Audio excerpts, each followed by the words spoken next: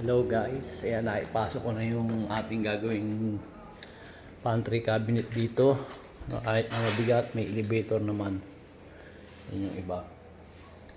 Tapos mga tools.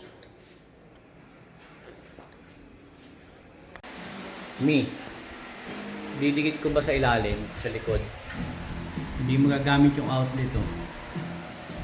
Dilipat ko na lang. Yan oh. Pupupuangan na lang. Meron pa yung cabinet doon sa taas, kapantay nun. Guys, in-install ko na yung ating pantry rack.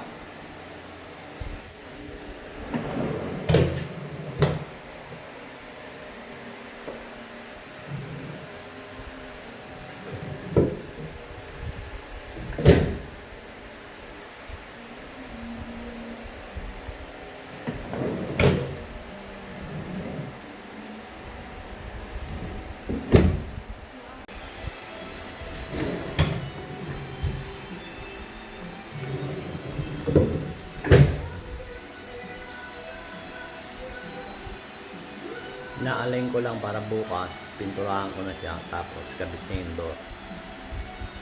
Ayan guys, na-primeran na natin ang ating pantry. I-assemble ko na lang yan mamaya.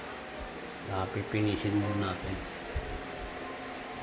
Ayan, makintab na siya.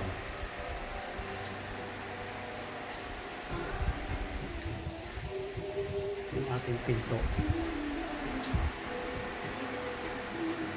Yan, final coat na natin siya ng Davis na Aqua Gloss It.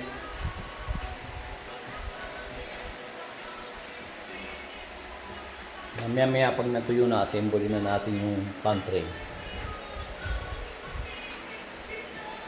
Okay na ba sa'yo yung white ng loob?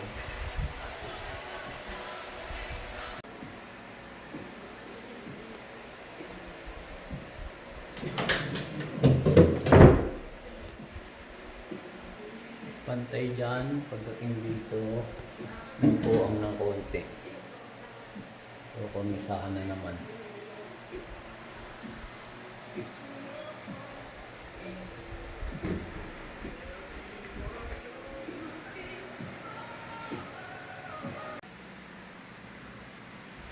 Ayan siya guys, makinis na. Naka-primer na ulit. Mamaya itatap ko natin siya na Aqua Gloss. Yung ako lang gamit natin, Davis Timber Prime Mood Primer.